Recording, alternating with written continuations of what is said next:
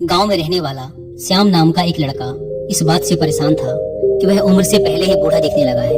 अभी उसकी उम्र मात्र 35 साल ही थी, लेकिन वह इतनी सी उम्र में ही बूढ़ा दिखने लगा था। उसके सिर के सामने के बाल झड़ गए थे और जो बचे थे वो सफेद पड़ गए थे। उसकी त्वचा में झुर्रियां पड़ने लगी थी और आंखों के नीचे काले धब्बे आ गए थे।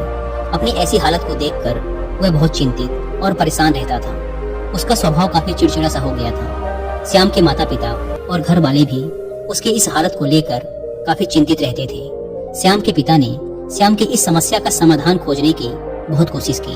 उन्होंने बहुत से अनुभवी लोगों से बात की, बहुत से घरेलू नुस्खे अपनाए, कई औषधियों का प्रयोग किया, लेकिन कुछ भी बदलाव नजर नहीं आ रहा था। इस वजह से श्याम की चिंता दिन प्रतिदिन बढ़ती जा रही थी। फिर एक दिन किसी ने श्याम के पिता को बताया कि यहीं पास के ही नगर के बाहर एक साधु बाबा रहते हैं जो कि आयुर्वेद के बहुत बड़े ज्ञाता हैं। आप उनके पास जाइए, वो आपकी समस्या का समाधान अवश्य कर देंगे। अगली सुबह होते ही श्याम के पिता श्याम को लेकर उस जगह पहुंच जाते हैं जहां पर वो साधु महाराज अपने शिष्यों के साथ अपनी कुटिया बनाकर रहा करते थे। श्याम और उसके पिता ने साधु महाराज को प्रणाम किया और फिर अपनी समस्या बतानी शुरू की। श्याम के पिता ने कहा, महाराज, ये मेरा इकलौता बेटा श्याम है। अभी इसकी उम्र मात्र 35 साल ही है, लेकिन ये उम्र से पहले ही बूढ़ा दिखने लगा है। इसके बाल झड़ने लगे हैं, सफेद पड़ने लगे हैं, त्वचा सूखी और झुर्रियोंदार हो गई है, आंखों के नीचे कालापन छा गया है। अपनी इस शारीरिक हालत की वजह से यह बहुत चिंतित और तनावग्रस्त रहने लगा है। हमने इस समस्या से निदान पाने का बहुत प्रयास किया, लेकिन हमें कोई उचित समाधान नहीं मिला। अब आप ही कोई समाधान बताइए। साधु महाराज ने श्याम के पिता की सारी बात पूरे ध्यान से सुनी और फिर कहा, आयुर्वेद में इंसानी शरीर को लंबे समय तक जवान और स्वस्थ बनाए रखने के लिए बहुत से नियम बताए गए हैं, लेकिन आज मैं उनमें से 12 ऐसे नियम बताऊंगा जिनका अगर तुम्हारे बेटे ने सही से पालन किया तो सिर्फ कुछ हफ्तों या महीने भर में ही तुम्हें इसके चमत्कारिक परिणाम दिखने शुरू हो जाएंगे। और अगर इन नियमों को तुम लोगों ने अपने जीवन का हिस्सा बना लिया तो तुम्हारी उम्र रुक सी जाएगी और तुम एक स्वस्थ और दीर्घायु जीवन के मालिक बनोगे। पहला नियम, लंबे समय तक स्वस्थ और जवान बने रहने के लिए तनाव मुक्त रहना जरूरी है। तुम चाहे कितना ही अच्छा भोजन कर लो, कितने ही शारीरिक नियमों का पालन कर लो, लेकिन अगर तुम्हारा मन बीमार है, तुम अंदर से खुश नहीं हो, चिंतित और तनावग्रस्त हो, तो तुम्हें कभी भी उसका फायदा नहीं मिलेगा। हमारे शास्त्रों में कहा गया है कि स्वस्थ वही है जिसका मन प्रसन्न है और इंद्रियां स्वस्थ हैं। अगर तुम्हारी मानसिक स्थिति ठीक नहीं है तो इसका प्रभाव तुम्हारे हर एक अंग पर पड़ेगा। तुम्हारी पाचन क्रिया खराब हो जाएगी, तुम्हारी यौन शक्ति कमजोर पड़ने लगेगी, तुम्हारी श्वसन प्रक्रिया बिगड़ जाएगी, बाल झड़ने लगेंगे, चेहरे की चमक गायब हो जाएगी। इसीलिए तुम्हें इस बात का ध्यान रखना है कि तुम बेवजह की चिंता, तनाव और परेशानियों में ना फंसो। लेकिन चिंता, तनाव और परेशानियां आती क्यों हैं? इसका सबसे बड़ा कारण है हमारा गलत आचरण, अनुशासनहीनता और अनियंत्रित इंद्रिय भोग। अगर इंसान अपनी आदतों में सुधार लाए, नियमों का पालन करे और अपनी बेवजह की इच्छाओं और वासनाओं पर नियंत्रण रखे, तो उसके जीवन की आधे से अधिक समस्याएं और चिंताएं स्वतः ही समाप्त हो जाएंगी। तो पहला नियम है, चिंता और तनाव से मुक्त रहो और इसके लिए अपनी आदतें सुधारो व वासनाओं पर नियंत्रण रखो। दूसरा नियम, अपनी रीढ़ की हड्डी को सीधा रखो व पेट से भरकर गहरी सांस लेने की आदत डालो।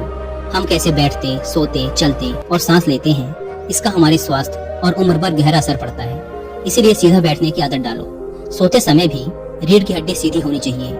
इससे हमारे शारीरिक अंगों पर बेवजह भार नहीं पड़ता और वो लंबी उम्र तक ठीक से काम करते रहते हैं। इसके साथ ही पेट से भरकर गहरी सांस लेना इंसान को लंबे समय तक स्वस्थ और युवा बनाए रखता है। तीसरा नियम, तुम्हें अपने सोने का, उठने का और भोजन करने का समय निश्चित रखना है। अक्सर लोग इन कामों पर ध्यान नहीं देते और किसी भी समय सोते, उठते और भोजन करते हैं और उनकी इस गलती का उनके स्वास्थ्य पर बहुत बुरा असर पड़ता है। आयुर्वेद के अनुसार व्यक्ति को रात्रि में जल्दी सो जाना चाहिए और सुबह ब्रह्म मुहूर्त में 4 से 5 बजे के बीच उठ जाना चाहिए। रोज एक ही समय पर सोने और उठने से शरीर की सारी कार्य प्रणाली सही तरीके से काम करती रहती है।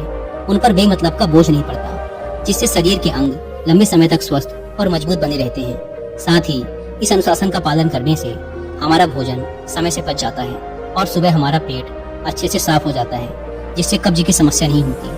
क्योंकि कब्ज में हमारा सड़ रहा भोजन आंतों में फंस जाता है, जो कि पेट के अंदर हवा और विषैले पदार्थ पैदा करता है, जो कि बहुत सी शारीरिक बीमारियां पैदा करने के साथ साथ त्वचा को रूखा और झुर्रीदार बनाता है। इसीलिए एक अनुशासित जीवन जीने का प्रयास करो और अपने सोने, उठने व भोजन करने का समय निश्चित रखो। क्योंकि जिस व्यक्ति के खाने का समय निश्चित नहीं, सोने का समय निश्चित नहीं, जो बस अस्त व्यस्त है, जिसके जीवन में कोई अनुशासन नहीं, उसका जीवन चिंता और तनाव से भर जाता है। और जो हर समय चिंता और तनाव से भरे रहते हैं, वे बहुत ही जल्द बूढ़े हो जाते हैं और अपना पूरा जीवन भी नहीं जी पाते। इसीलिए जीवन में अनुशासित बनो और एक नियम का पालन करो। साधु महाराज ने श्याम और उसके पिता से कहा, चौथा नियम, हमेशा अपनी भूख से थोड़ा कम भोजन करें। आयुर्वेद में एक कहावत है कि जो कम खाएगा वो लंबा खाएगा, यानी जो व्यक्ति अपनी भूख से थोड़ा कम भोजन करता है वो लंबे समय तक जीता है। और इसका कारण ये है कि जब हम बहुत ज्यादा भोजन कर लेते हैं तो हमारे पेट में भोजन को पचाने के लिए जो पाचक रस निकलते हैं वो पर्याप्त नहीं होते इतने सारे भोजन को पचाने के लिए, जिससे फिर वह भोजन पचने की बजाय पेट में पड़ा पड़ा सड़ने लगता है और बहुत से विष पैदा करता है, जो कि रक्त के माध्यम से हमारे पूरे शरीर में फैल जाते हैं और तरह तरह की बीमारियों के रूप में बाहर आते हैं। इसीलिए भोजन चाहे कितना ही सात्विक, कितना ही हल्का क्यों न हो, उसे हमेशा इच्छा मात्रा से थोड़ा कम ही खाना चाहिए। और हल्का व कम भोजन करने का एक फायदा ये भी है कि अगर कभी कुछ ऐसा खा लिया जो हमारे शरीर के लिए सही नहीं है तो वो भी आसानी से पच जाता है और हमें ज्यादा परेशानी नहीं होती, क्योंकि ग्रहण किए गए भोजन की मात्रा कम थी। साथ ही कम भोजन करने से हमारा शरीर आलस्य, थकान और भारीपन से मुक्त रहता है। पांचवा नियम, हर दिन 16 घंटे उपवास के नियम का पालन करो। रात का भोजन जितना जल्दी हो सके उतना जल्दी कर लो। जैसे अगर रात का भोजन 8 बजे किया है तो अगले सुबह 12 बजे तक कुछ मत खाओ, और अगर रात का भोजन 7 बजे किया है तो सुबह 11 बजे तक कुछ भी ठोस चीज मत खाओ। इस 16 घंटे के समय के दौरान तुम नारियल पानी या किसी सब्जी या फल का रस पी सकते हो, लेकिन इस दौरान भोजन मत करो। सुबह का भोजन 12 बजे और रात का भोजन 7 से 7:30 बजे के बीच कर लो, ताकि तुम 16 घंटे उपवास के नियम का पालन कर सको। जो व्यक्ति इस 16 घंटे उपवास के नियम का पालन करता है उसे कभी कोई बीमारी हो ही नहीं सकती। ऐसे व्यक्ति का चेहरा चमकदार, शरीर निरोगी और मन प्रसन्न रहता है। लेकिन कुछ व्यक्तियों को लगता है कि कम खाना खाने और उपवास करने से शरीर कमजोर हो जाता है, लेकिन ये सच नहीं है। असल में 16 घंटे उपवास करने से हमारी आंतों में फंसा अधपचा भोजन अच्छे से पच जाता है। इस समय जब हम कुछ नहीं खा रहे होते तो हमारी प्राण शक्ति स्वतंत्र होती है और वह इस समय का उपयोग शरीर में जमा गंदगी को बाहर निकालने और शरीर के टूट फूट को सही करने में करती है। और जिस व्यक्ति के शरीर में कोई गंदगी जमा नहीं है उसका शरीर उम्र से ज्यादा जवान और स्वस्थ रहता है। छठा नियम, भोजन करने के तुरंत बाद पानी नहीं पीना। आयुर्वेद के अनुसार भोजन करने से 40 मिनट पहले पानी पीना सबसे उत्तम है। भोजन करने के दौरान अगर जरूरत महसूस हो तो कुछ घूंट पानी पिया जा सकता है, लेकिन भोजन करने के तुरंत बाद पानी पीना जहर पीने के समान है। ऐसा इसीलिए क्योंकि भोजन करने के तुरंत बाद भोजन को पचाने के लिए पेट में अम्ल निकलता है, जिसे जठराग्नि भी कहते हैं। पर जब हम भोजन के तुरंत बाद पानी पी लेते हैं तो हमारी जठराग्नि शांत हो जाती है, जिससे भोजन ठीक से पचता नहीं और पेट में पड़ा पड़ा सड़ना शुरू कर देता है, जिससे विभिन्न प्रकार की पेट से संबंधित बीमारियां जैसे कब्ज, गैस बनना, खट्टी डकार आना इत्यादि होनी शुरू हो जाती है। और फिर जैसे कि हम सभी जानते हैं कि कब्ज सभी बीमारियों की जड़ है, और फिर ये बीमारियां हमारे शरीर को उम्र से पहले ही बूढ़ा बनाना शुरू कर देती हैं। इसीलिए भोजन के तुरंत बाद पानी पीना छोड़ दो। पानी हमेशा भोजन करने के 1 घंटे बाद पियो। सातवां नियम, ईश्वर पर भरोसा रखो। जो लोग ईश्वर पर भरोसा नहीं रखते वे जिंदगी में हमेशा परेशान रहते हैं, जिससे वे अपनी सेहत का ख्याल भी नहीं रख पाते। भगवान पर भरोसा रखकर काम करने वाले लोग कभी भी ज्यादा चिंता और तनाव में नहीं रहते, क्योंकि वो अपने काम के परिणाम को ईश्वर पर छोड़ देते हैं, जिससे उनका ध्यान परिणाम की चिंता से हटकर अपने काम पर आ जाता है। और जो व्यक्ति परिणाम की चिंता किए बिना अपना काम करता है वह उस काम में सफल जरूर होता है, और अगर किसी कारणवश सफल नहीं हुआ तो वह चिंता और निराशा के घोर सागर में कभी नहीं डूबता और उसका स्वास्थ्य बर्बाद होने से बच जाता है। आठवां नियम, चीनी और नमक का सेवन कम करो। चीनी के अत्यधिक सेवन से मोटापा और रक्त में शर्करा की मात्रा अधिक हो जाती है, जो कि बहुत सी गंभीर बीमारियों का कारण बनता है। चीनी हमारे त्वचा में चर्बी इकट्ठा करती है और त्वचा के रंग को गाढ़ा करती है, जिससे व्यक्ति कम उम्र में ही अधिक उम्र का दिखने लगता है। साथ ही अत्यधिक नमक खाने के भी बहुत से शारीरिक नुकसान हैं।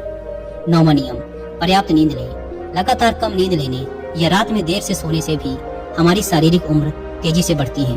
कम सोने से चेहरे की चमक गायब हो जाती है और त्वचा पर झुर्रियां आने लगती है, जिससे व्यक्ति उम्र से पहले ही बूढ़ा दिखने लगता है।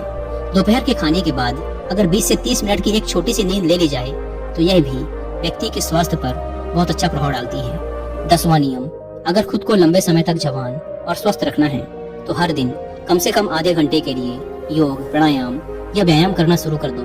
ये सबसे कारगर और प्रचलित तरीका है खुद को जवान और स्वस्थ रखने का। इसके साथ ही रोज कम से कम 20 मिनट ध्यान का अभ्यास करो। यह भी इंसान को प्रसन्न, तरोताजा और जवान बनाए रखने के लिए बेहद आवश्यक है। 11वां नियम, अपने खाने में ज्यादा से ज्यादा फलों और हरी सब्जियों को शामिल करो। फल और हरी सब्जियां जल्दी पच जाती हैं, जिससे प्राण शक्ति को अत्यधिक मेहनत नहीं करनी पड़ती भोजन को पचाने में, और हमारी प्राण शक्ति ज्यादा से ज्यादा समय शरीर की मरम्मत और गंदगी को बाहर निकालने में लगाती है, जिससे हमारा शरीर चमकदार, हल्का, निरोगी और जवान रहता है। 12वां नियम, किसी भी प्रकार के नशे, धूम्रपान और मदिरापान से दूर रहो। नशा इंसान के स्वास्थ्य का सबसे बड़ा दुश्मन है। नशा और धूम्रपान करने वाला व्यक्ति शारीरिक रूप से तो परेशान रहता ही है, साथ ही वह अपनी उम्र से बहुत पहले ही बूढ़ा और कमजोर दिखाई पड़ने लगता है। इसीलिए किसी भी प्रकार के नशे को अपने जीवन का हिस्सा मत बनाओ। तो ये थे वो 12 नियम जिनका पूरी ईमानदारी से पालन करने के बाद श्याम के जीवन में चमत्कारिक बदलाव आने शुरू हो जाएंगे। श्याम और उसके पिता को उनकी समस्या का समाधान मिल चुका था। उन्होंने साधु महाराज का धन्यवाद किया और खुशी खुशी वहां से चले गए।